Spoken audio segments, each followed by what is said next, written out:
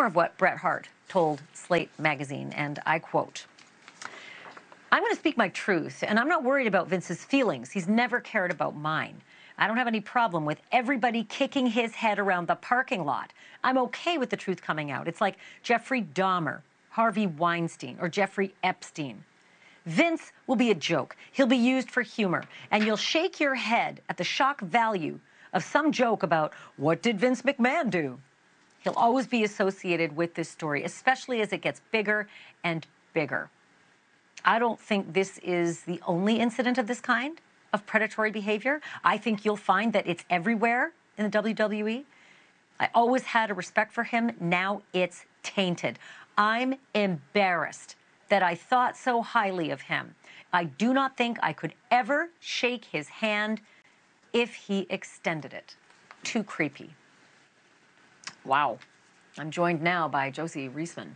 She interviewed Bret Hart for the Slate piece, and she's also the author of the book Ringmaster, Vince McMahon and the Unmasking of America. Josie, thank you for being on. Are you surprised that Bret, somebody as famous as Bret the Hitman, has come out so forcefully against Vince? I was initially a little surprised that he was willing to speak out, because generally wrestlers have been terrified to speak out about Vince McMahon.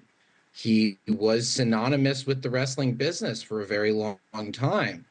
But as I spoke with Bret, it became clear to me why this time was different. And for better or worse, what really sets this time apart from other times when Vince has been accused of various problems and crimes is the details were, for lack of a better word, gross.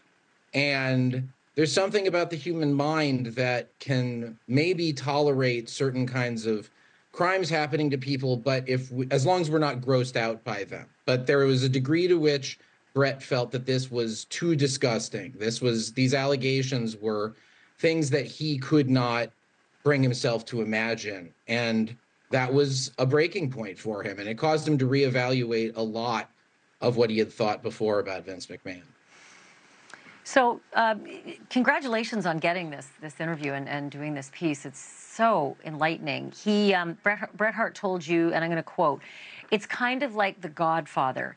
You never know when a guy like Vince will be your enemy again over something you say or do. He's the Teflon guy. You just can't seem to get anything on him. He's just too powerful, got too much money." But that was the story, Josie, with Harvey Weinstein. It's why the story against Weinstein was killed so many times before it just couldn't be killed anymore. I feel like there's a lot of parallels here. So do you sense that The Godfather is no longer Teflon and that Vince is really going to go down for this?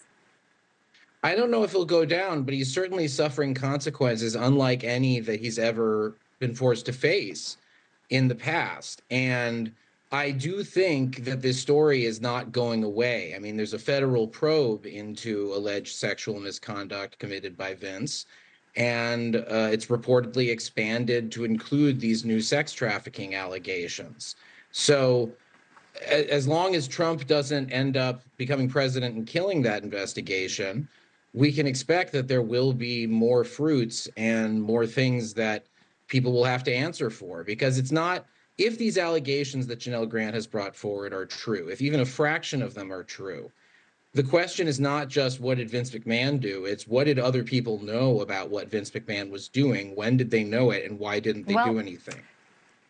Glad you said that, because Bret told you that the WWE was full of predatory behavior. He said, quote, "I don't think this is the only incident of its kind of predatory behavior. I think you'll find that it's everywhere in WWE."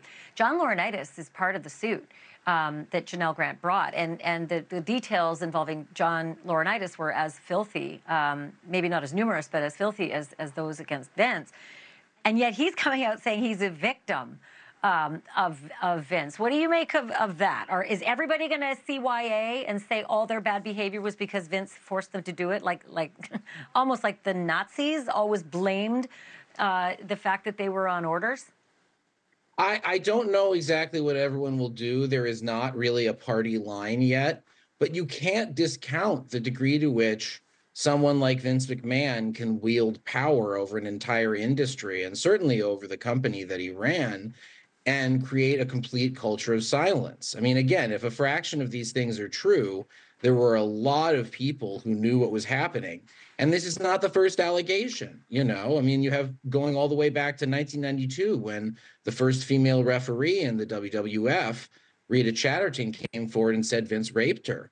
And he managed to wriggle out of that. But it does feel like the climate has changed. And also, he structurally was no longer the top person at his company. Ari Emanuel of Endeavor owns, was his boss, and that meant he could not enforce total message discipline.